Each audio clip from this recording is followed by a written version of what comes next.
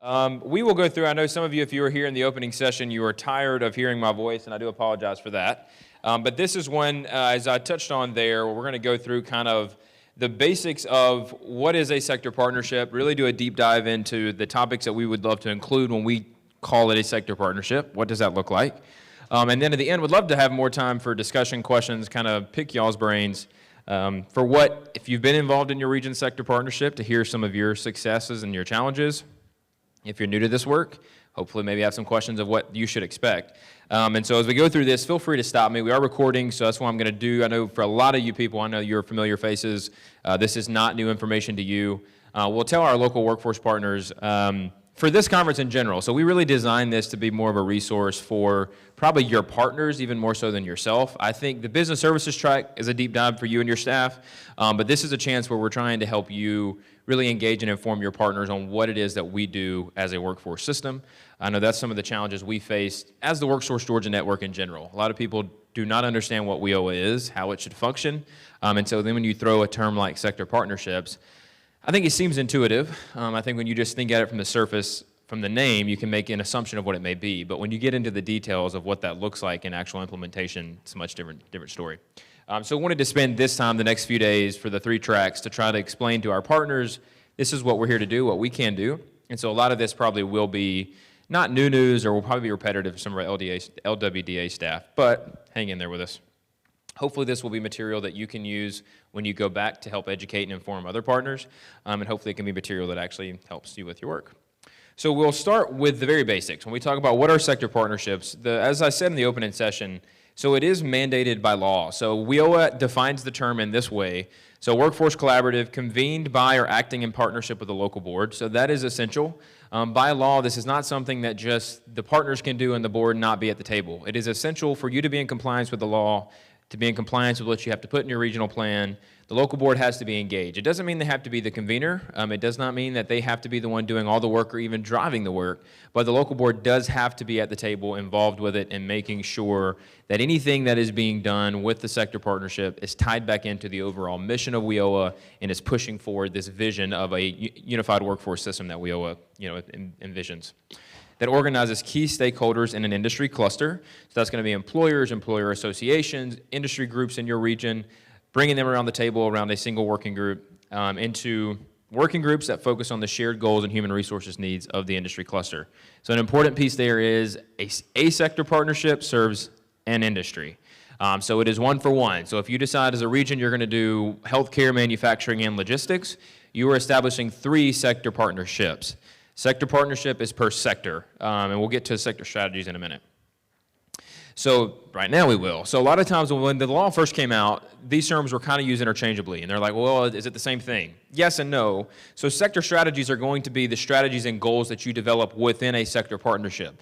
And that's what I touched on in the opening session, to where some of our regions, all the regions are doing good work. I think when you look at the successes, we have a few regions where the work they're doing now would probably be best categorized as 1 or 2 sector strategies. We're not quite to the point of having a full-blown sector partnership yet. And that's the challenge where I think we've got to keep this broad vision of saying, yes, we may have an awareness campaign, we may have a K-12 outreach campaign, but again, those are individual strategies under the umbrella of this larger partnership. The vision of a sector partnership encompasses a lot of things, and that's what we're going to get into in details. So making sure you keep those in mind when you use sector strategy or sector partnership. A sector partnership should develop multiple sector strategies to address the overall goal of that partnership. So in sync, that definition is kind of verbose, it's not very clear. This is more, I think, a better explanation of how we try to explain of overall what are sector partnerships. So for us, they're regional collaboratives that are trying to increase communication and collaboration among public and private partners. So employers, community-based organizations, all of your public partners that are involved in the workforce system, so obviously our department, any reps you have at the technical college system, the university system, our Department of Labor representatives, vocational rehabilitation, Department of Community Affairs, Department of Human Services. So in theory, all of these people would be engaged in some way. Now, they're not all going to be actively engaged in your steering committee every single time, but you need to have them at the table because they all have a knowledge base, a resource base that can be plugged in at certain times, and that's why it's essential to have them engaged. I mentioned that it's focused on a single industry or industry cluster. And that's what I said, the whole goal is it to be tailored to a local or regional need. This is something we saw early on, that we can try to cast a vision or cast a model at the state level, but as I touched on ad nauseum in the opening session, what works for Metro Atlanta is very different from what works from Southwest Georgia or what works in Northeast Georgia. And so I think this is something that has to be crafted to your regional needs, based on industry needs, based on existing resources, and based on barriers. You know, you're going to have we will have common barriers, things like transportation and childcare. Every single region faces those challenges. But there's going to be other geographical barriers that Georgia Mountains faces that we don't face in Middle Georgia. And so trying to overcome those things and having different solutions is why it has to be tailored at a regional level. So this is just a fancy graphic that we developed to try to help you visualize from a structure standpoint who should be at the table and how this should be, designed. There's a lot built into this. It's simplified, but this is trying to mention and try to drive home a few things. One, and the most obvious of which is all the partners around the table. This, again, is trying to drive home what I said earlier. This should be a very diverse group of individuals that's working on this. And you'll see that here. And this is not even meant to be all-encompassing. You could have other partners that may be unique to your region that you can bring to this table too. But these are the ones that we would encourage that you always try to strive to keep engaged, keep them involved, because at the end of the day, I can pull out any one of these and tell you something unique that only that group or organization can bring to the table. Where it's going to be even more, and we'll talk about this later, where you even consider some non-traditional voices. An example, an anecdotal evidence that I give, and this does not mean you should include someone like this in every conversation, but we were at a conference in Austin, Texas with the Federal Reserve Bank, and they were given an example of where they had set up this youth training program for homeless youth. And so it was run through the courthouse, and so there was a program to help recruit homeless youth, get them skills training to then transition them into job placement. Well, what they realized is the program had been in place for about 3 or 4 years, but their retention numbers were incredibly low. They'd start out, but then they only had about a 15 to 20% completion rate of this program, and they could not figure out what was causing this severe drop-off. And so they put together this steering committee to try to look at reforming the program or improving the program. And when they did that, someone happened to recommend to include the security guard at the front of the courthouse. Someone said, okay, sure, because he said, well, he knows them, maybe he might have some insight. So they brought him in, and then as they got into the third and fourth meeting, he brought up the point. He said, well, one thing I don't think y'all have considered, for homeless youth, they carry everything they own, all of their possessions with them. They don't have somewhere else to store that. He said, so when they come to this program, the fear they have is they have to leave it outside, and they're really afraid that people are going to take the stuff that they've worked hard to try to acquire. He's like, so maybe you should think about just maybe finding a place where they could store this safely while they're in the training program. They're like, okay, that makes sense. Well, they did it. That one change they implemented the next week, and they saw their retention rate go up to almost 80% completion. And so for that one thing that they had not considered, because they never would have thought that someone would not do it because they were afraid of getting their stuff stolen, completely changed the outcome of the program in a very short period of time. So those times, I just say that story to say there may be non-traditional voices that you will include in your sector partnership work or in the working groups that you build when you're trying to address a problem.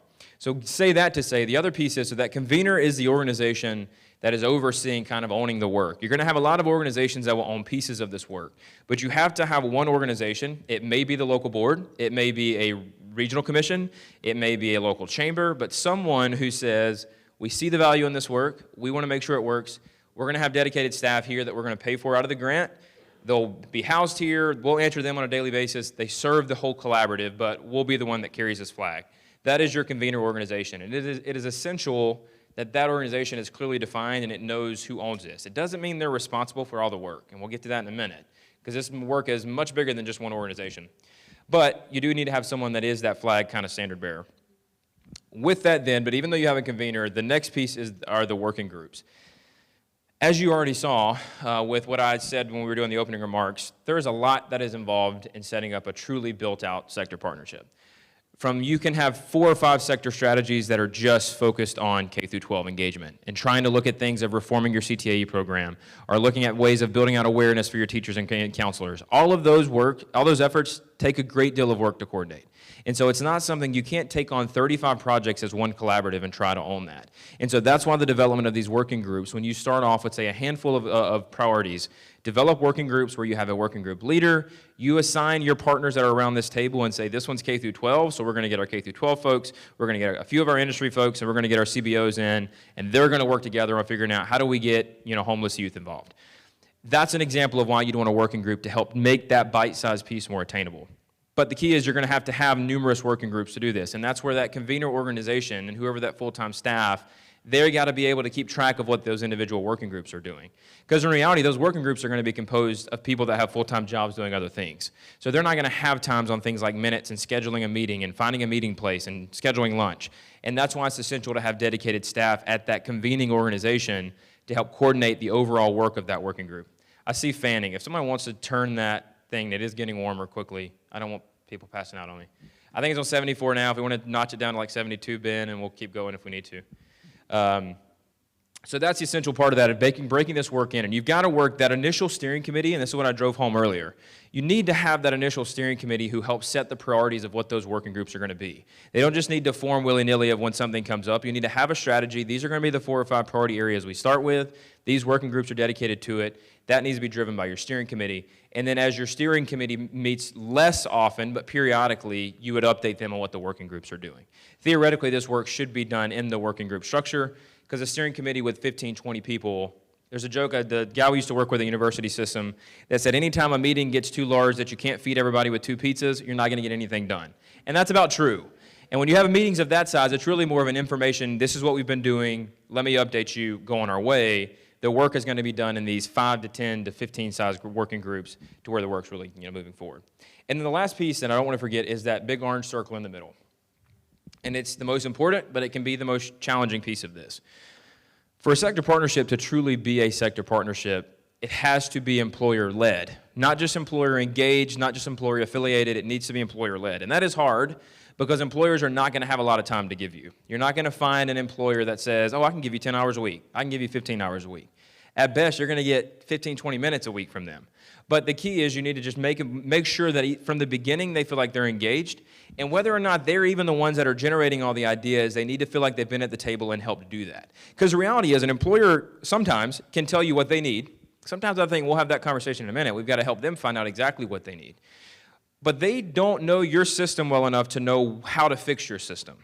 They can tell you what you're not doing. This is what I need and this is what you're not giving me.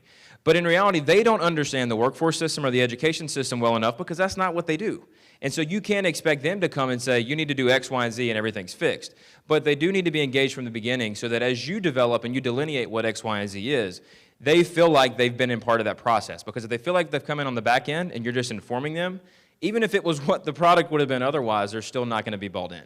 And so that's why it's essential that you have these champions who see the value in this collaborative, who can kind of be the face of this moving forward. If they're your honorary chair that leads the meeting and you funnel them the minutes and you funnel them the script, that's fine. But you want your employers there so that they can at least, when those ideas surface, when they're developed, they're the ones that are helping drive that. And so that's a key piece. I think you want to have a handful or at least 2 or 3 that are really engaged, and then your other, if you can have a list of 15 to 30 to 40 that are involved, that come occasionally, but that are there and know what's going on. They get the emails, they get the phone calls, that's good. But you do want to have that core group that can keep it going forward.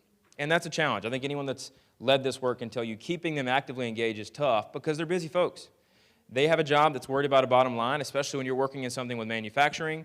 That's a high-paced, high-energy environment, and so one day something can go wrong, and they're like, listen, I was going to be there, but this happened in 10 minutes before they've got to back out.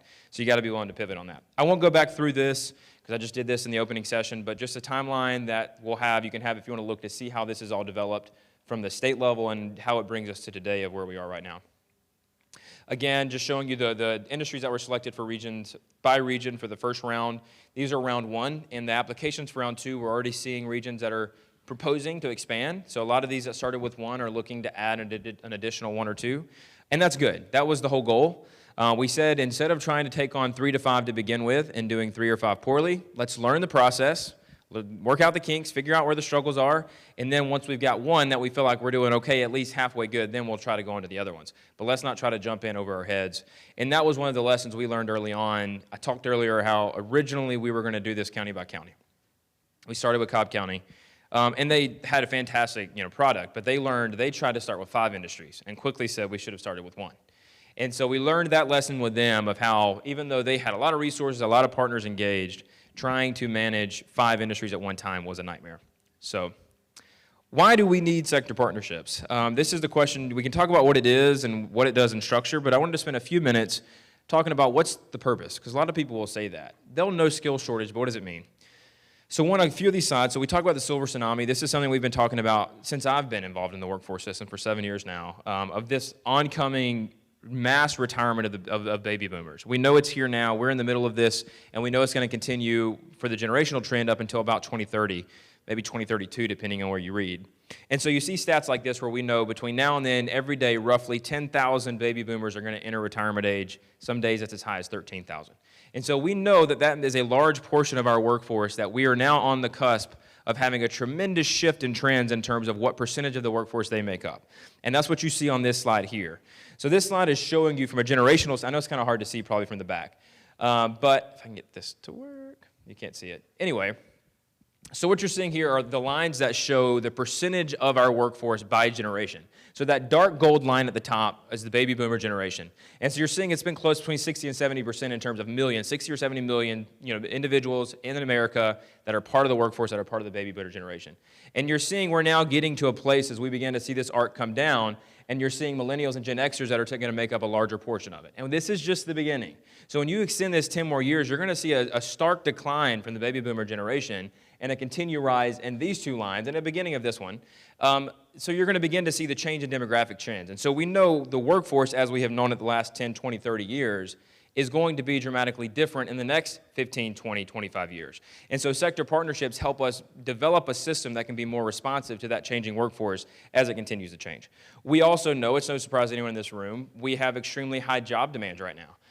These are across the state, the top 10 by number, just statewide. Now, this is going to be different for each of your individual regions, but this is just pure number-wise and combined with what is projected growth, projected demand. I could give you a list of 250 occupations that would fall under this, that we know right now we have more postings than we have we have available talent. So we know demands are high, even though we're losing talent. We also know, we have stats like this where we see not only are we losing talent, demands are high, but we also know for the talent that is coming into the workforce, there's a tremendous skills gap right now. And so we know that the stats like this and more recent statistics show that number closer to 70, 72% of all jobs in our economy, and that number is going to continue to grow and continue to increase, will require some type of occupation-specific training outside of high school. That does not mean a four-year bachelor's degree. It does not mean a graduate degree. It does not even necessarily just mean a TCC, but it means some type of specific training outside of a high school diploma. And so that the days of just going and getting a general education degree or a psychology degree and then landing a job in a manufacturing plant are getting more and more rare. And so the key piece there is job-specific post-high school training. Where does that become a concern? It's this slide. And some of you have seen this before when I've done the career pathway presentation. This is the snapshot from Georgia as of last school year. So this does not include the one that just wrapped up in 2019. But these are the numbers, and we'll begin to see where the problem really lies and how we've got to look at our K through 12 education delivery and where we've got to begin to shift the way we view success at the K through 12 level. Right now, K through 12 education success is completely geared around maximizing high school graduation rate, which we can all agree is an absolutely noble and worthy cause. It's one that we all agree we want to try to get as high as we can. Reality is, though, when you look at Georgia right now, our high school graduation rate is actually slightly above the national average. So a little above 80% of Georgia high school graduates graduate on time within, I think the window is 5 years. So that's not bad. You then boil that down and you look at post-secondary enrollment rate. So those are individuals that enroll in some type of post-secondary education or training within 6 months of their high school graduation. That number in Georgia is actually not too bad either. So it's a little over 70% of Georgia high school students who graduate high school are enrolled in some type of post-secondary training within 6 months. You boil that down then looking at the percentage of those that actually complete is where you start to get a little bit of a drop-off. So then of those individuals, only roughly 63% actually complete that training. So then even further down, though, and this is where the real issue is, and this is what we were talking about on the previous slide, of those that actually complete that bachelor's degree, associate's degree, TCC, apprenticeship, only about 40% of them, some show as high as about 42, 43%, actually then go and get a job that is related to that training that they completed. So this is where you're beginning to see that 60% includes someone who may have gotten a degree in psychology or sociology, but they're now working in a field completely unrelated. They're not even using that degree. Or it can go either way. I mean, they got a degree in engineering and they decided they hate engineering and now they're working in the medical field or they're doing medical sales. So this is where the disconnect comes in, because when you boil these numbers down, what we see right now, even though that 80% is not bad, we're looking at about 1 to 1.5 out of 10 high school graduates in Georgia are actually going on to complete post-secondary training in a relevant field. That's alarming when you compare that to 65 to 70% of what's going to be needed in the future economy. So what we've got to realize is even though if we could reform K through 12 education and get that 80% to 100%, that's not going to bring that 1 out of 10 up to 8 out of 10 or 7 out of 10. And so that's what we've got to begin to make sure we can engage our K through 12 partners to see, yes, we want to continue to drive up high school graduation rate. We know that is table stakes. You got to have a high school diploma.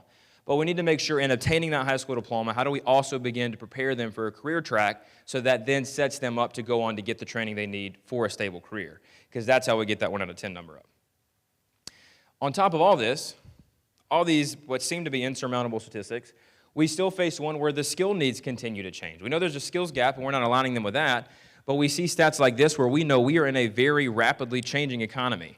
You look at fields like manufacturing and IT and even healthcare, the demands and the nature of those jobs are changing almost daily. And so stats like this that show that 85% of the jobs that today's learners will be doing in 2030 haven't been invented yet. Now, a stat like that sounds dramatic, and it makes you think that you're thinking by job title. No, it doesn't mean that. But for instance, you take something that seems like it's been the same for a long time, a registered nurse. The reality is if you could pull a nurse that was a registered nurse in 1950 and ask him what their day-to-day looks like and what they have to do to be a successful nurse, and you compare that to someone who is a registered nurse today, those are pretty much different jobs and based on technology and regulation and based on what the expectations for those jobs are. So stats like this, that's what it's alluding to. Someone that took the training in 1950 as a nurse could not be an effective nurse today in 2019 because the environment is so different.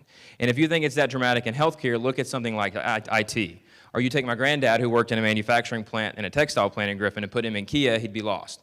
And so that's what we know as our economy continues to change. Not only do we have to make sure we can develop a system that's training people for the skills that are needed right now, we've got to make sure that that partnership enables the system to be nimble so that as the economy continues to change, we don't get 10 years down the road and realize we have a system that was training for 10 years ago. And that's a challenge as well.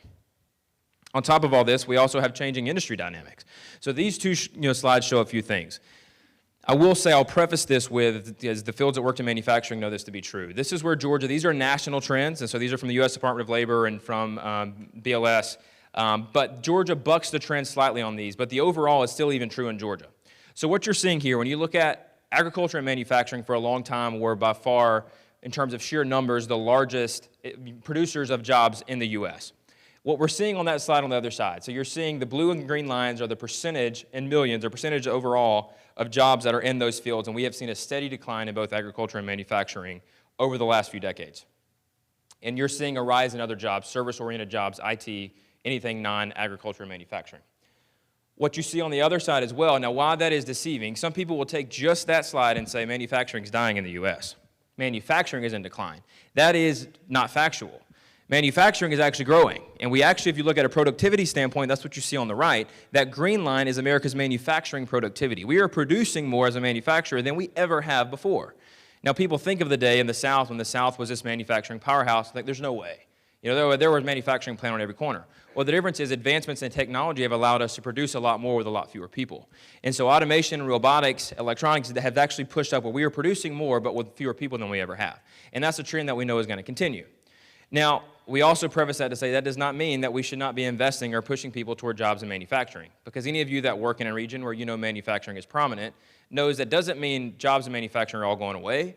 It just means jobs in manufacturing are changing dramatically. And where we may have needed 500 people to run a plant 30 years ago, we now need 70 to 90, but those 70 to 90 people have more cumulative skills than those 500 did 30 years ago. And so it's going to require a more specific type of training and preparation to make sure that we prepare this generation and future generations for manufacturing of the future. Because I'm not one that we'll talk about in a little bit, I'm not a chicken little the sky is falling automation person. I don't think the day we're anywhere near where we're not going to have jobs because robots do everything. But what you are seeing is a division of responsibilities between humans and robots when it comes to daily tasks. And the tasks that can easily be automated, that are prone to human error, yeah, they're going to be automated, and they're already being done that now. And it's not just manufacturing.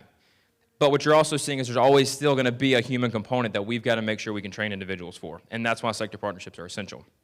Another piece that's unique that we continue to see to get worse, and it's for better or for worse. I'm not pontificating on whether this is a good thing or not, but we're beginning to see what these lines are showing you, the division between individuals who work for an employer that has more than 250 employees or one that has less than 250 employees. And so what you're seeing is the division between large corporations or small businesses. And we've seen a trend for the last 25 years of you can see that divide's growing wider and wider where we're having more and more very large companies and fewer small businesses. And so we know that's going to be a dynamic when we talk about engaging. Doesn't mean we don't work for our small businesses. It just means they're going to need more and more help because they're kind of on their own. You have a large corporation, someone like a Coca-Cola or UPS, they're robust enough that they're pretty much developing their own in-house training programs, and they're making this stuff happen. But then as these small companies get more and more isolated, they're going to need more and more help, or else they're going to continue to get starved out. And so that's where I think when we think of a strategy from sector partnership standpoint, does not mean to neglect those large employers, because they're going to bring value to the table that you need. It just means you got to keep that in mind when you try to develop a strategy. We talked about this with automation. We've also got to realize we're dealing with industrial disruptions. And so this has been happening. It happens all the time. That's how economies evolve and grow and improve. And so when we look at things like automation, and this slide just shows you roughly the amount of jobs that can be eliminated by automation. Instead of being afraid of automation, we just need to understand it and know how to prepare to overcome it. And so what we need to realize are your low-skill, repetitious jobs are the ones that are always going to be the most at risk for automation. Where that needs to be alarming is in that second bullet. We know when you look at studies, and there are a ton of them that'll show you these jobs are most at risk, these are least at risk. The top is always retail jobs. The top 10, the top 8 are going to be retail related. That can be alarming because if you work in workforce development and you've looked at labor data for your area, you're probably going to see, unless you have a hospital and a really large school system, your number one by number employment sector is probably retail. We have more still in the U.S. by number. It is the largest in terms of sheer numbers. We have more people that work in retail than anything else. So when you see a stat like this, that is alarming because we know a lot of people are going to be affected by this. And unfortunately, studies show women and minorities are going to be more affected by it because they tend to occupy those jobs at a higher rate. And so what we've got to make sure that we can address is that as that comes and you have a large exodus of people pushed out of jobs like retail due to automation, are we going to have the retraining apparatus in place to train them for jobs that are in demand in fields like healthcare and IT and manufacturing and logistics? That's where sector partnerships matter, because if you don't have that level of coordination and you have individuals who are working with social organizations that are connecting those people dislocated to the training programs you have, there's never going to be that level of syncing that we need. The good news is for our regions that focus on healthcare, healthcare is consistently ranked the least likely to be affected by automation. There's so much human touch in just about every field within healthcare or position within healthcare. It's the one that's least likely to be at least eliminated. Now, yeah, their jobs are going to be affected. Technology is becoming more and more prominent and prolific in healthcare, but that's just a difference of training. It doesn't mean those jobs are going to go away. And the last reason why we got to do it because the law requires it. We've got to build out for WIOA to be compliant with federal law. We've got to build sector partnerships, and so we're going to. But we're going to do it better than just what the law requires. So these will go. I won't go into all these details. But the purpose of sector partnerships, as we said, as always in the workforce system, we have two audiences, two customers, businesses and individuals. Even though I know WIOA did shift from WIA to having more of a focus on business services, I still would make a very strong argument that at the heart and the spirit of the law, participants and individuals are the core of what we do. We serve businesses to better serve individuals, and that's the reality of it. And I think we've always got to keep that in mind, because the reality is sometimes you're going to have businesses you may work with that want to use WIOA dollars, but they don't really want to work with or serve the individuals that WIOA is designed to serve. WIOA is not just meant to be free money to make business easier for business. It's just not. It's meant to be financial incentives that will encourage a business to take on a pool of talent or a source of talent that they probably would not be willing to do otherwise. And so we use those financial incentives like things of offsetting wage costs or paying for training costs. That's all there to encourage a business. Take a chance on this individual who desperately needs this chance, that has been dislocated or is having a hard time getting in. We will help offset the burden. We will hedge your bet a little bit. We'll try to offset some of that risk if you're willing to do that. And so even with sector partnerships, we need to keep that in mind. I think the shift from WIA to WIOA was trying to get out of this mindset. A lot of people just visualize WIOA as some type of social service that was just a free handout. It was just a check to keep you in school until you finally found a job. Wasn't that at all, but I think that was the perception. So I think the shift to it being more business services was trying to pay lip service to say, okay, we're not. We really are trying to be responsive to business. And anyone that works in this network knows we've tried to do that always. It just finally gives us a little more flexibility to do that. So the reason for sector partnerships and doing those, one, we want to make our education and workforce efforts more effective and efficient. In the state of Georgia, we spend roughly $65 million every single day in education and workforce development in some way. It's by and large, the largest portion of our state budget is education. And so we want to make sure if we're spending that much money every day, we want to make sure we're spending it wisely. And so sector partnerships are a way to look at our whole range of education and workforce efforts to make sure, are we doing this the best way we possibly can? It's trying to provide your regional employers with a more skilled workforce. We've been talking about that, giving them the talent they need. provide individuals in your region with better access to career opportunities that are in their backyard. When we traveled with HDCI and spoke to employers, we would talk to a manufacturer in Statesboro or in Thomasville, and they would talk about the challenges they have of trying to recruit a Georgia Tech engineer to come live in Thomasville or come live in Waycross or to live in Statesboro, and how hard it is. We can't pay them enough. We can't make it lucrative enough. We don't have this. We don't have that. They went to school for 4 to 6 years in Midtown Atlanta. They don't want to live here. What can we do? Instead of trying to find ways to make Thomasville look like Midtown Atlanta, which good luck, I think your better approach is, why don't we find the boys and girls, the men and women that live in Thomasville, that live in Statesboro, that have born and raised there, that plan to raise a family there because their mom, their dad, their uncle, their grandma is there, and train them to be the engineers that you need. The same with your CNC operators. The same with your physicians. Instead of trying to develop ways and have your local governments that are spending endless amounts of resources of trying to recruit talent from out of your area, why don't we instead invest in a training apparatus that will train individuals from your area that love Dublin to stay in Dublin and serve the needs of your industry there in Dublin? Because in reality, we know, yes, we will spend a lot of time talking about brain drain in rural America. Rural in Georgia and America. And it's real. But when we talk about brain drain, what we're really looking at are the top 10% of your high school graduating class who do go off and go to UGA, Georgia Tech, Georgia Southern, Kennesaw, Georgia State, and you see that they never come back. And you say, man, we're losing all of our talent. All of our brain is there, and we got to figure out how do we get them to come back or to stay here. And a lot of cities and county governments are really spinning their wheels right now trying to figure that out. And I don't in any way belittle that. I think that is good for healthy community growth in general. But what they're missing is that you still have anywhere from 70 to 80% of those individuals that either go and graduate from your high school or don't, who are staying in your communities. And in reality, they're likely being funneled into those low-wage retail jobs, or they're unemployed altogether. And so I think instead of, we have to figure out how do we reform our system to take those 75 to 80% who are going to stay there and connect them with the economic opportunities that are there in your region. Because we know they're there, because your employers come to us looking for desperate for talent, and you also know you have plenty of people that are there in low-wage jobs. So that's the point of a sector partnership, of how do we connect the people in our backyard with the job opportunities that are in our backyard. And that's where that sustained growth, development, career growth, and ladder. That last piece is important because we're not just developing a career pathway and a career development track, but you're going to have to build a ladder up to that track for some folks.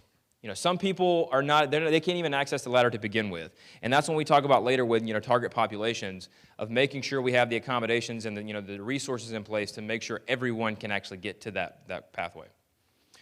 When we're serving businesses, there's a couple things that need to be important. One is that you are learning from each other.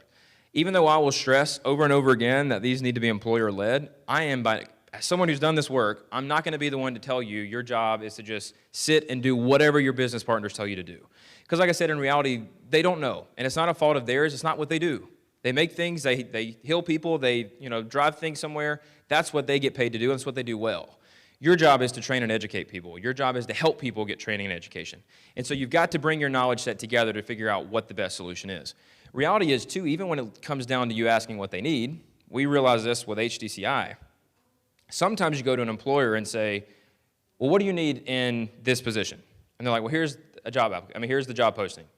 So then when you start reading that back to them, they're like, well, no, we don't really need that. I really need this. I'm like, well, that's not what you're asking for in your application. Well, let us come back. Hold on, let me get with our HR and we'll come back. 2 months later, you check, well, we're still trying to figure it out. And so it takes them some time, and they realize internally they still have, usually your large companies have this figured out, but it may be a small company that they've been busy the last 15 years growing, and they haven't had a chance to spend 3 weeks with a strategic planning committee to reanalyze their job posting. And so you can work with them to figure out, one, exactly what they need, and then how that translates to competencies, say, in a technical college training program, or working with an economic development arm of your technical college to do a customized training program because they have a proprietary knowledge, and the reason they can't find people with that skill set is because no one's training for that skill set, because it's never been taught to train for that. So it's going to be this co-learning to learn from them exactly what they need, and then you telling them, okay, these are the resources we have, this is how we can try to make it work for you. We want to make sure we never get, for a long time, I think there's been resistance between the workforce development community and the economic development or business community, because we always hear this, well, they just come and say, this is the square peg we have, and I don't care what shape or size your hole is, this is all we can do. And so we're not going to re-whittle our peg. And I think instead of this mindset of coming in and telling them this is the program and how they can make it work for them, it needs to be this hearing the problem out, internally figuring out the best solution, and then together developing the solution. And that's where I think we've got some room for improvement, and it's not a critique on either side. It's just always been a misunderstanding. The other I think is important in the workforce development community, and I think this is why I think forging the relationship between our workforce development professionals and our economic development professionals is so important. I mean, my role at GDEC, I kind of had a leg in both, and so I kind of got to see when you'd be at the table with just one, you'd hear how they talked about the other one, and then you go to the other one, like, they complain about the other one. And so you hear back, and you can kind of begin to see the challenge, and a lot of it's just misunderstanding and miscommunication.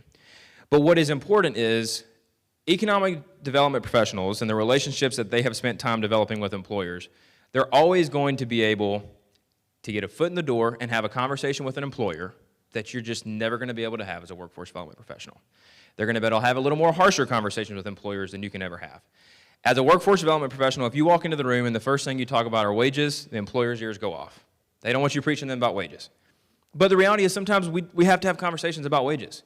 When we talk to employers and a manufacturer who's struggling more so than any other manufacturer in their region and they can't figure out why, and when we objectively look at the differences and you realize they're paying $4 less an hour, there's nothing I can do to give you talent. They're always going to go down the road.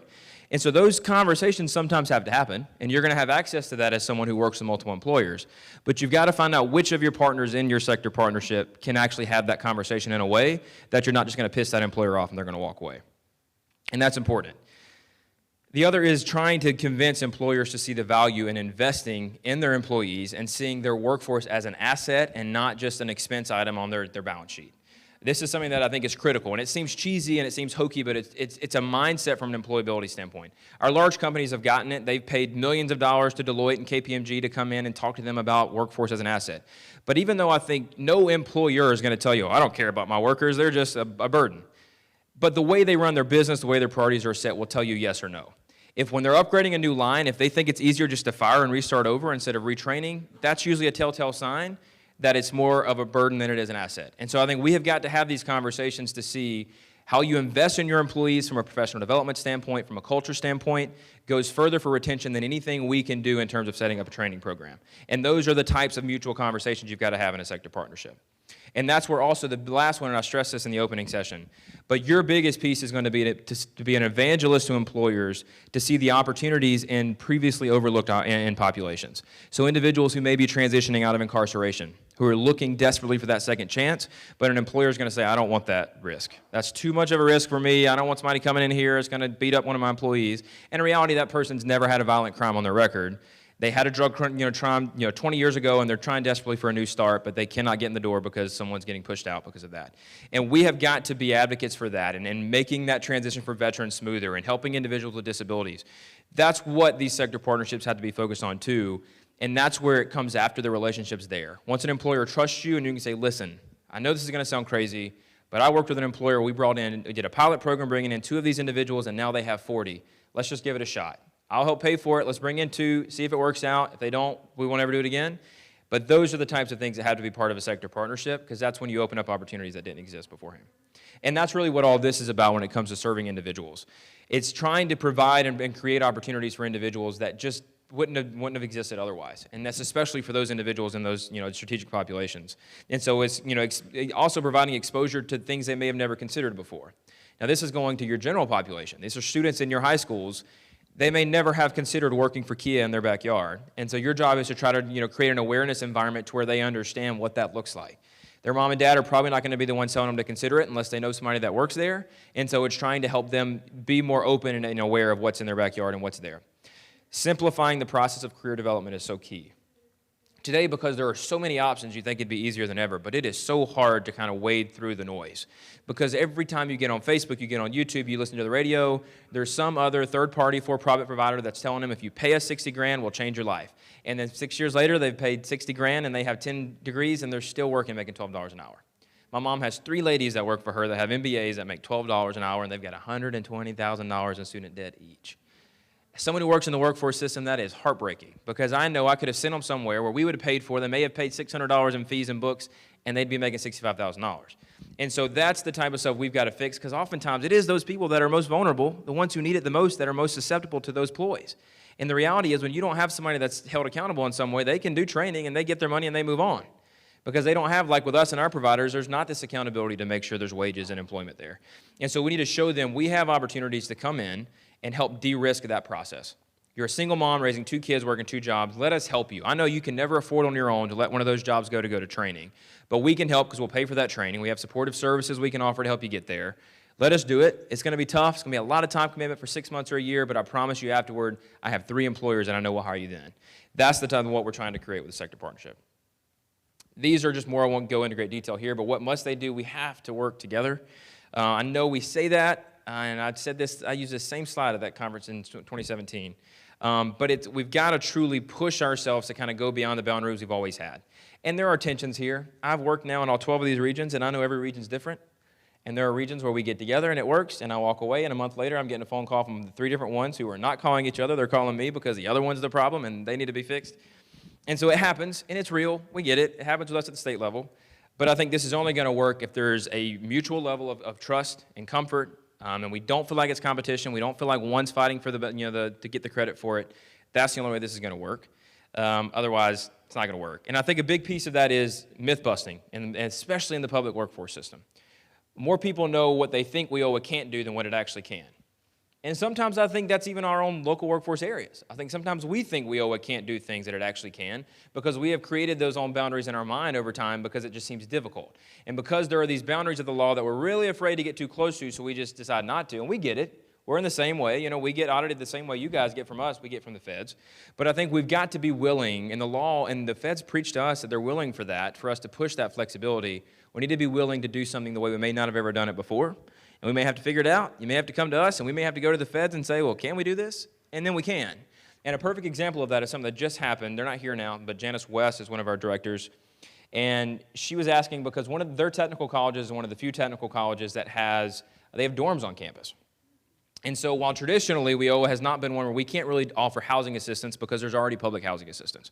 But she said, instead of paying a transportation supportive services, if I have someone that doesn't have a car, but if they can stay on campus for those 6 weeks instead of having to get transportation back and forth, could we possibly pay for the room and board of the rooms on the technical college campus? And we're like, we don't know. Well, let's find out. So we went to our federal project officer and asked, and they're like, sure, you can do that. And so now we know as a policy, if you have that opportunity, that's a potential opportunity for an additional supportive service that can be utilized that otherwise we would have probably just said, no, we don't pay for housing. And so we always say, if you don't know, instead of just saying no, come to us and we'll help you find an answer. And that's got to be the theme of sector partnerships too. If some idea comes up and it's like, well, no, we can't do that. We've never done that before. Don't ever let the answer be no because we've never done it before. Just try to find out. And we may tell you no, no, that's a little too far, but let's do this. But always be willing to push to that boundary. This is what we're talking about with the working groups. Set priorities and divide responsibilities. Every person that's involved, every organization needs to own something, especially the parts that you're responsible for and that you know. When it's your subject matter expertise, make sure you can bring that to the table, and when they count on you to do that, that you can carry through with that. Especially when you start working in K through 12 and others, you're going to really need that. If you bring the CTA director to the table, making sure they're actually engaged enough that they can help you the way you need them to, that can be a challenge. And that's where I think at the end, when we're talking about working together, the culture piece has to change. Because we can talk about this till the day is long, but if there's never this change of culture of collaboration, it's never going to go anywhere. And that's what this part of the end, again, is cheesy, but it's one that I think is so true. Everybody is talking about these issues right now. Everywhere I go, it doesn't matter if you're in a chamber, if you're in a church group, everyone knows we got jobs, we got to train people. I got people who want jobs and they're there. So workforce development is the buzzword now. Everybody knows something's got to change. We got to get our high school graduates better prepared. Everybody knows that. But the reality is the people in this room and the organizations you represent, if we don't work together and make this happen, it ain't going to change. There is no one else that is positioned to change these things. And that should be our impetus for trying to push this forward each day. Because trust me, sometimes this is frustrating as hell. And you want to walk away and say, it's too much work. I've been doing this for 5 years now, and I feel like we haven't moved the needle. Enough's enough. This is a dead cause. But what has to push us to not do that is because if we walk away, there's no one else to come pick up this baton from us. It's just going to sit there. And it's going to continue to not change the way we know it has the last 2 decades. And so if we want to see this change, we're going to have to pick up, not take our toys out of the sandbox and go home and figure out, you may drive me crazy and you kind of stink, but we're going to work together and we're going to figure this out. And we've got to, because if we don't, no one's going to. So what does the work look like? This is the part we haven't gotten to, I think, in previous stuff, because a lot of times we'll talk about it in theory and we're like, well, that sounds good, I agree, yeah, that's fluffy, but what do you actually do? So these are some examples, and this is by no means exhaustive. This is just a few common examples of the types of efforts, the type of strategies that would be involved in an effective sector partnership. We talked about data collection and alignment efforts. That's kind of, again, the table stakes. That's the beginning. You have to figure out how do you begin to process this data? How do you use the data for your gain? I will tell you, as someone who knows the value of LMI data, I can also tell you LMI data is only as helpful as you know how to use it. If you pull any individual source of LMI data, it's not going to be very helpful at all. If you pull just MZ data, looking at projected openings based on past openings, or if you just pull Burning Glass looking at current postings, none of those are really going to paint the picture of what you're actually dealing with. You're going to have to take a little bit of each, and you're going to have to use employer feedback, and you're going to have to use your own intuition to know what your list of what you actually need to focus on. Because like I said, if you just pull it on job numbers, that's going to tell you should spend all your time training for retail entry-level jobs. Now, we know we're not going to do that. That's not a good use of your time, but just LMI is going to tell you that. That's where it should be. And so we've got to know, how do we take this and actually make sense of the data, and how do we begin to use that to align different data pools. Training programs like apprenticeships. Apprenticeships can be used for a whole lot more than what they've been used for traditionally. A lot of people think it is just for the trades, it's just for welding, it's for whatever else, but it can be used for healthcare, it can be used for engineering, it can be used to train an accountant. And so I think we've got to see all an apprenticeship is in structure is combining what we call related technical instruction, which is classroom instruction, with some type of combined coordinated on-the-job learning under a mentor. You can do that in any job. And so the key is we're trying to show that as a model, because that really is taking the best of our education world and comparing it with real life experience. And we've seen that is going to have to be the education model of the future if we're going to be effective. So we're trying to take whatever your industry sector is and seeing how you can better utilize, better push your employers to utilize apprenticeship as a source of training. Post-secondary training programs. So this could be something like looking at your mechatronics programs at your 3 technical colleges and finding out, is it up to date? Now at TCSG, we know they do have industry advisory councils that help with that. But even TCSG, our leadership will admit to you, some are better than others. Some, they're great and they update all the time. Some, it's just someone's been on that for the last 10 years because they know they do, but they haven't done a lot to update. It's not a critique, it's just they're busy teaching. So it may be working with that, the dean or working with that instructor to say, hey, this is what you're teaching, and it is good. 80% of it's good, but can we work on this 20%? If we could change this and build this in, you'd really make my life a lot easier. Or if it's not something that you can change on the accredited side, where on the for credit, it's working with the technical, the economic development side is to develop a customized training program to help your employer get what they need. Or maybe working with a pool of employers to do that. You may have 5 or 6 manufacturers that have common needs. They just need a quick 6 to 8 week training program. You set that up and you get them the talent. K through 12. So that's creating, expanding CTAE offerings. So if it's manufacturing or healthcare, it's saying, do you have a high school CTAE program in your region that is jam up? It may be a college and career academy, it may be a traditional high school, but maybe you have one where they are doing great work. So it's taking what they're doing and going to the other 6 high schools that do not have anything and saying, I know you've got these great other CTAE programs that are training hundreds of kids in these fields. We got 12 jobs in those fields. We got lots of manufacturing. How can we work with you? How can we work with the school system to look at Perkins funding and elsewhere to see how in the next 5 years if we can set up a manufacturing program in these high schools too? And so those things will take time. You're not going to set up a new CTAE program in 3 months. But you got to start those conversations. And it's going to have to start with the top. It's going to be a conversation with the superintendent, with the principal, with that regional CTAE director. And that needs to occur because I know GDOE has a priority on making their programs better. And so I think now is a good time. You at the regional level are going to have to drive that because it's no fault and it's no critique to that local CTAE person, but they're usually doing that on top of their full-time job too. And so they don't have the time to go out and look at every high school and figure out how to find resources. If you've got employers at the table, you have other partners at the table, you can come to them with a lot of opportunities to improve. And then you can help them set up internship opportunities or apprenticeship opportunities or externship opportunities for those teachers when you do a summer externship. So there's a lot of opportunity there that doesn't require a lot of money, and it does try elbow grease and time, but it's not going to be a lot of fun that you have to invest in that, but you can make a lot of work. We talk about braiding funding streams. This is one that is also, it's tough, we know, and it's hard just from a participant information sharing standpoint. Just us, we've been working for 3 years now to be in compliance with the law to develop a shared data system that can just share our core partners' data. And it is so hard because when one of those core partners is VR, you have a lot of protections around participant data, around someone who may have a disability. So when you start then going beyond those core partners, trying to really braid that can be tough, but I think we have to do it. If we know we're serving an individual and VR is serving a different individual, and then DHS and DCA has their own people that they're serving through housing assistance or through others, and they're all trying to do similar work but on different levels, and it's silly because reality is we get the bulk of the workforce and training funds. They get a little bit of their money and they're expected to take 10% of it and do something to help train these people for jobs, when it makes a whole lot more sense to try to tie them into what you're doing, and then those people can also take access of the resources that you have, because we know in reality those people need every bit of help they can get to really overcome those barriers. I'm not going to spend, I know we've had our speaker in the back, but I'm not going to spend a lot of time on these because we actually have a session this afternoon on building career pathways. So I won't have to go through this in great detail, but you will have this presentation. I think the session afternoon will be much better to go in those details. But just kind of going through of defining what career pathways are, and that's what this is the definition we finally have from the feds that explain that.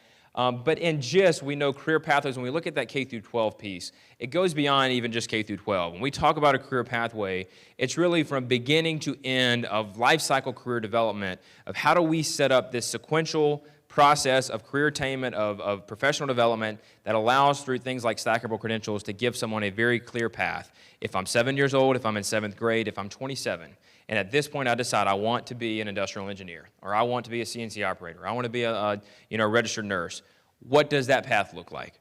And we've got to find a way of how do we map that out clearly so someone doesn't just have to go and endlessly Google, try to find the closest school that might have a nursing program and finding out if they might be eligible or if they're still too old or if they've aged out, and how do they get their high school transcript? How do we make this process easier for both those in the system now or those who may have fallen out somehow? At the end of the day, that's the most complex way. We also know career pathways there's broad support, broad mandate for the development of career pathways. Not just USDOL under WIOA, we have it from the Department of Education, from HHS, all of these now with things like Perkins reauthorization. This is all intertwined in this, and they all want these to coordinate. And so not only are we having to coordinate our WIOA core partners, we're really mandated by federal law now to coordinate across these other federal education and workforce programs as well. And again, we know that can make a lot more sense in DC, and it does make sense on paper.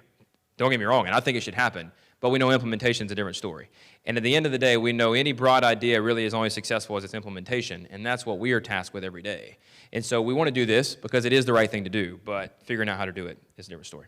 So these are some graphics that I know 99% of you have seen before because I've used these ad nauseum, but these are just some very simplified graphics that we use to try to help you visualize conceptually what is a career pathway, what does it look like. We talk about things like the birth to work pipeline or the cradle to career pipeline of trying to help someone from the very earliest stages. And this even includes things like we said of early childhood education. Doesn't mean you're training a 3-year-old to be an engineer, but what it means is that you are laying a foundation at that time of that child's life so that when he is of age to start training to be an engineer, if he or she chooses to, he has the requisite educational foundation to do so. If you get to 7th grade and they're already 3 grades behind in math, if you get to 10th grade and they're in remediation and by the time they graduate, they really are only graduating with the 10th grade math level, they're not likely getting into Georgia Tech. And so that child has now been set back from an opportunity that could have changed his or her life because they didn't get the requisite foundation they needed to move on.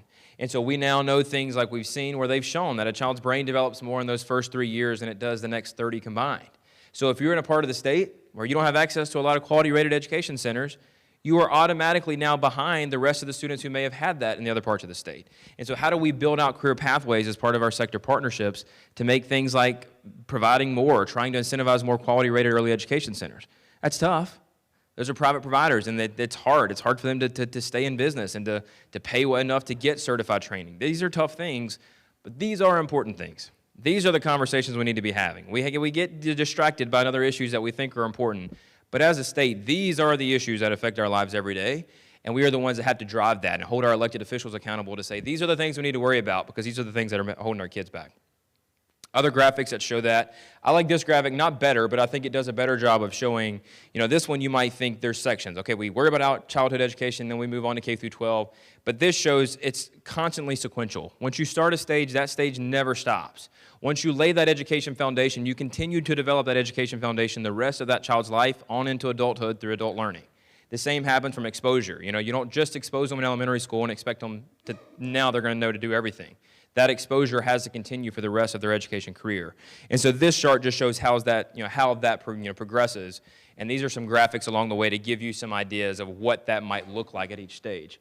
Again, this is not meant to be all-inclusive, but it's showing you, okay, once you get to that stage, what are some things we could be encouraging to happen from things like, helping parents know more about quality-rated centers, helping them transition better into that K through 4 program, those type things to understand. This, when you see it continuing on again, because it gets down later in life when you're talking about aligning between academic and CTIE courses.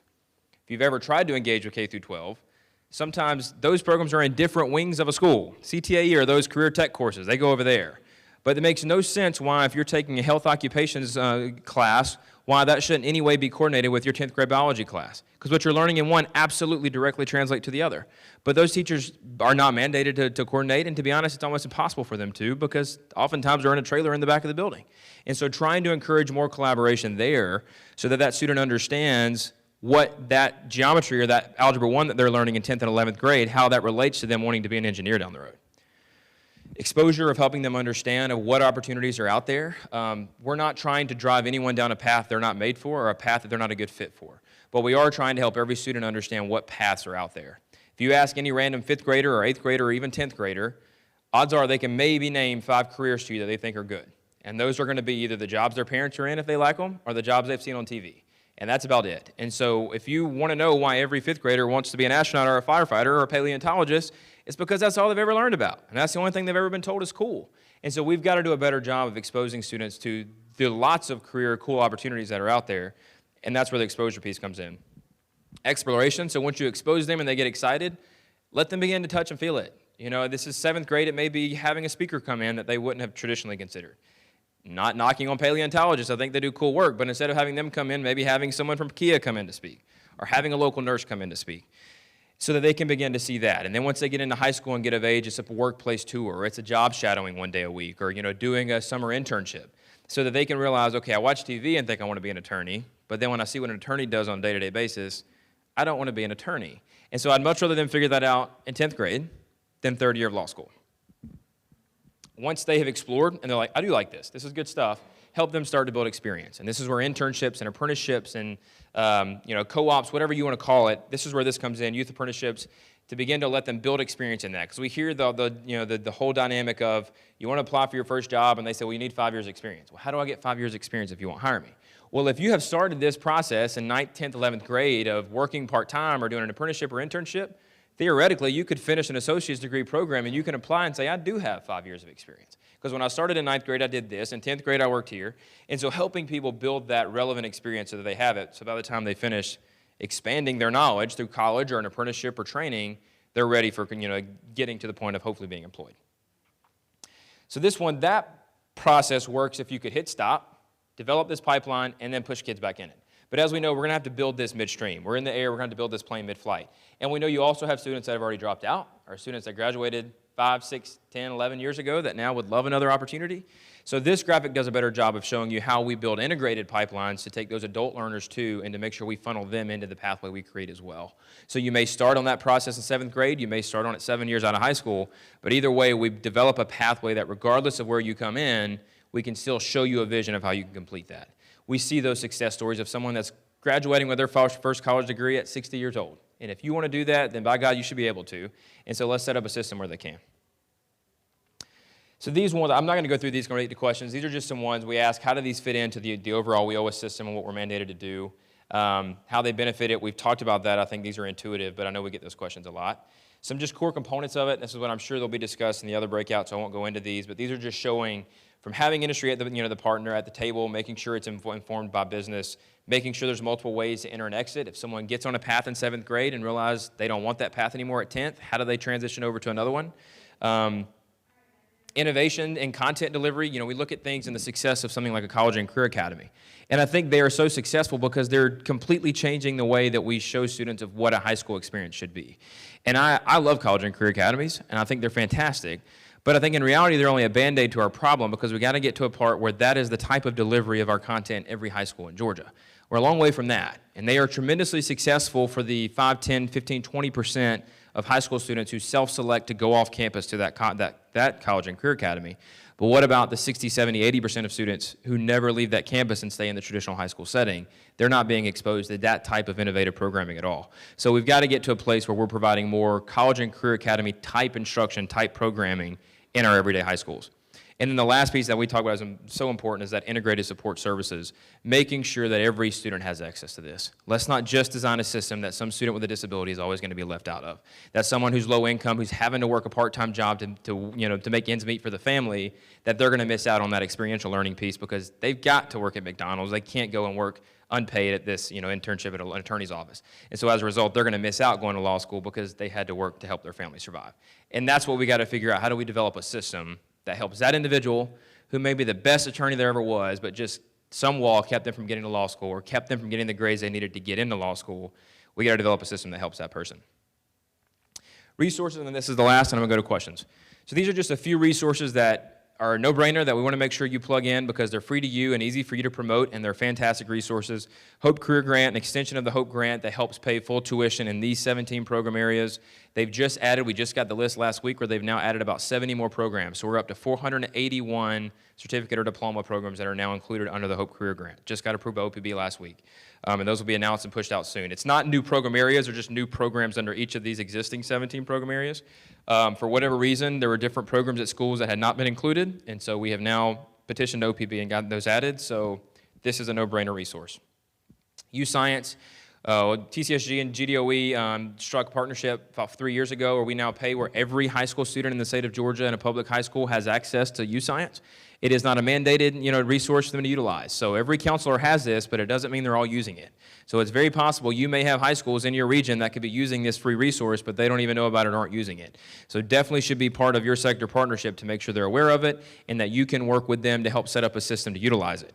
What GOSA found, so GOSA did a pilot program where they took about 10,000 high school students and ran them through U-Science to test the success of it. And they found the students that had the most success that actually utilized their U-Science results were the ones where the school helped set up some type of processing once they got the results, where either a parent or a teacher or an industry representative came in, sat down with them for about 15 to 20 minutes, went through the results. If they had questions of, well, what is this career? They explained it. Or, well, that says $60,000. Is that a lot of money? Those are the types of conversations that as a 10th grader you may not know. You may hear what somebody makes and what Beyonce's net worth is, and so $60,000 seems like pocket change to you. And that's reality. When I ask students, what do you think is a good entry-level salary for an entry-level job, and I hear numbers like $95,000, and I'm like, well, where the hell am I looking? Because I haven't found that entry-level job.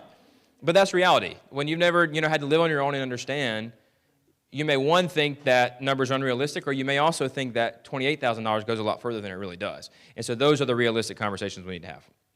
So this is an example of how U-Science works. It's a system of games and tests that measure both interest and aptitude, not intelligence. It is not intelligence at all. It is a matter of aptitude. What are the things you are naturally good at? Things like spatial intelligence, sequential reasoning, hand-eye coordination, things that will make a difference of whether or not you're naturally good at certain jobs.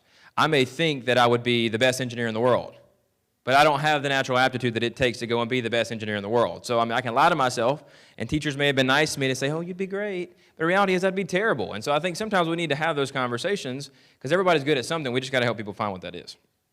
And so then once they get it, they get the results where it will show them what they're good at from an interest standpoint, from an aptitude standpoint, and then the combination of the both. Now, when I first saw this, I thought, well, why would you ever do the other? Just show them what they're good at with both.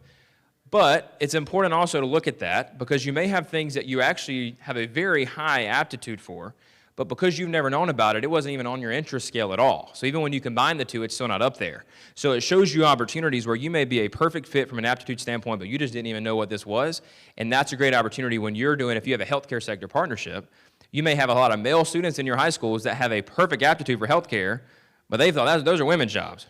And so there's a great opportunity, and the same is true for females on a manufacturing standpoint, over now you can partner with your high schools to take those students who have a great aptitude mix, but not a high interest mix, and do an awareness day where you bring them in and let them learn more about that industry, and they may then see, okay, well, this could actually be a great opportunity. Because what this shows, and this is what I love the most about U-Science, and this is showing about gender, but it's same against race and nationalities. We have these preconceived notions from an interest standpoint. Healthcare jobs are for women, manufacturing jobs are for men, IT jobs are for men.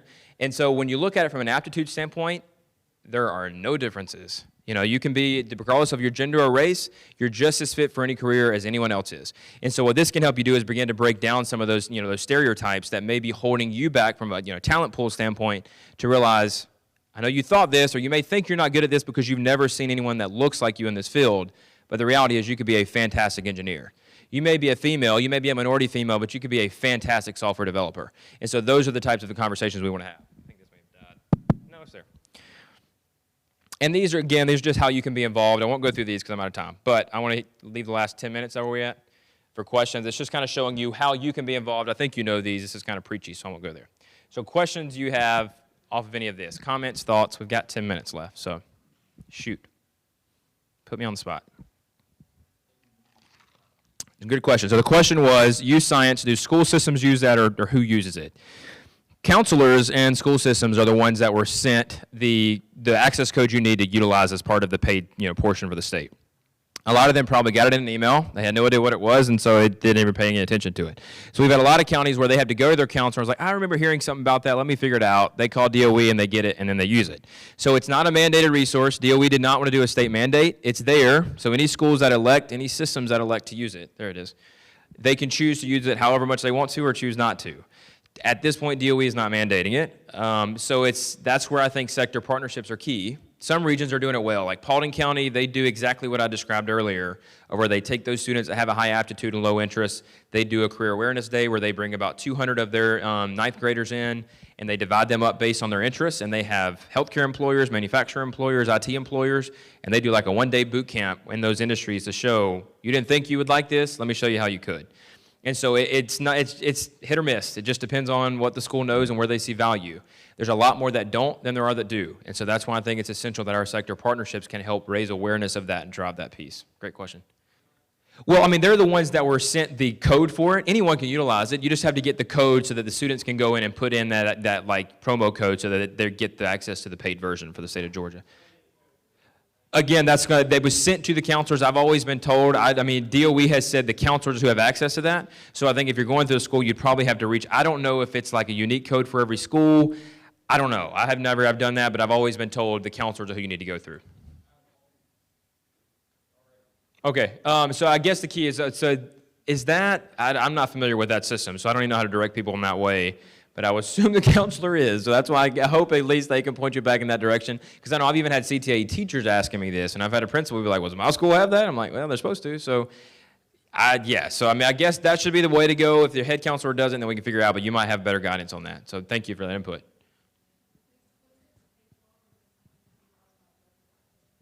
In terms of, it can be utilized by anyone. What I thought was fascinating is they took a group of adults who were well into their careers, 15, 20 years in, had them take this test. And what was ironic is 98% of them in the top 5 recommendations were the careers they were working in. So they were showing, so clearly we know what we're doing. So anyone can use it. In terms of payment, it's only paid for right now for Georgia public high school students.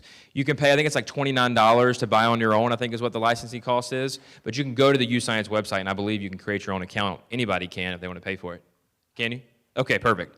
And like I said, it's an in-depth test. I think it's like 3 hours if you sat down and did it at one time. But they do not recommend doing it at one time. They break it up into 3 or 4 sessions to the computer lab because it's a lot to do at one time, and you want to make sure you're really focused and taking it seriously the whole time, or your results will be skewed. But the results speak for themselves. So, and I will say, I'm not one. I have no stake in UScience. I don't have stock in UScience. But I have just seen, working for the state, we get pitches by third-party providers all the time who are trying to come up with some new proprietary idea that they can tap into the workforce system, and they think this is solid government money that I'll retire on. And so we get all these ideas. This is the great thing that's going to change it, and a lot of it's just crap.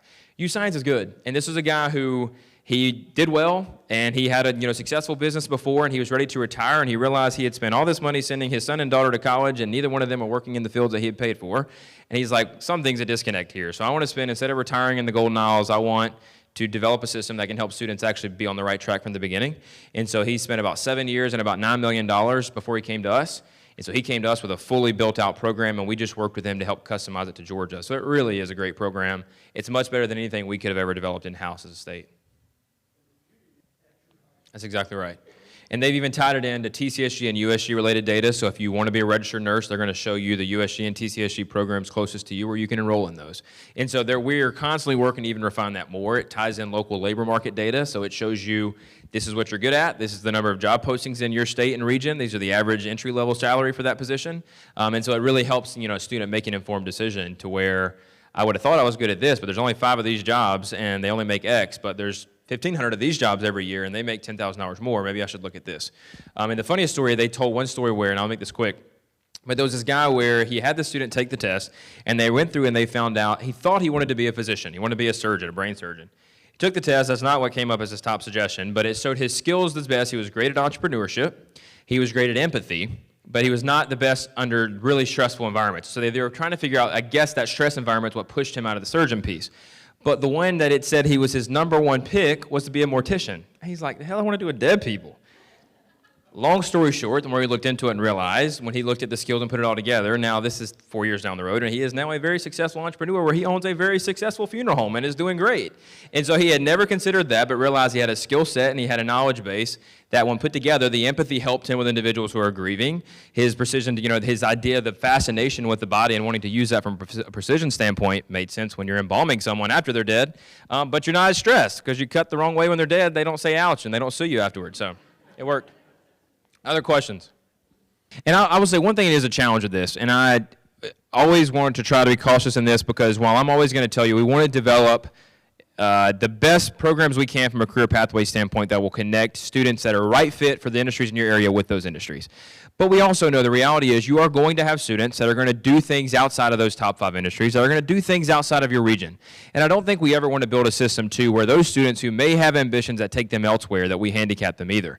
Now, that's not, I don't think, your responsibility as a sector partnership, but I think if you're part of the K-12 network, I just say that to say we recognize the challenge you have is, yes, you do want to serve your regional needs, but you've also got to serve the needs of 100% of your students to make sure if they do want to be an attorney that moves to Atlanta or moves to San Francisco or moves to Missouri, that I set up a system that can also help them do that. And I think, that's where when it becomes of serving the best overall, we want to make sure we do that, but we also do want to make sure we put the priority where we can, because the reality, a lot of those students figure it out.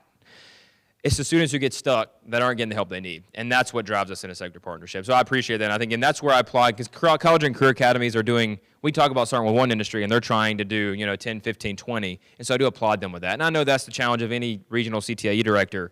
You're trying to serve all of that. And so I know that's a challenge, but it's good to hear that. We got 2 minutes. I can take one more question if we have any more.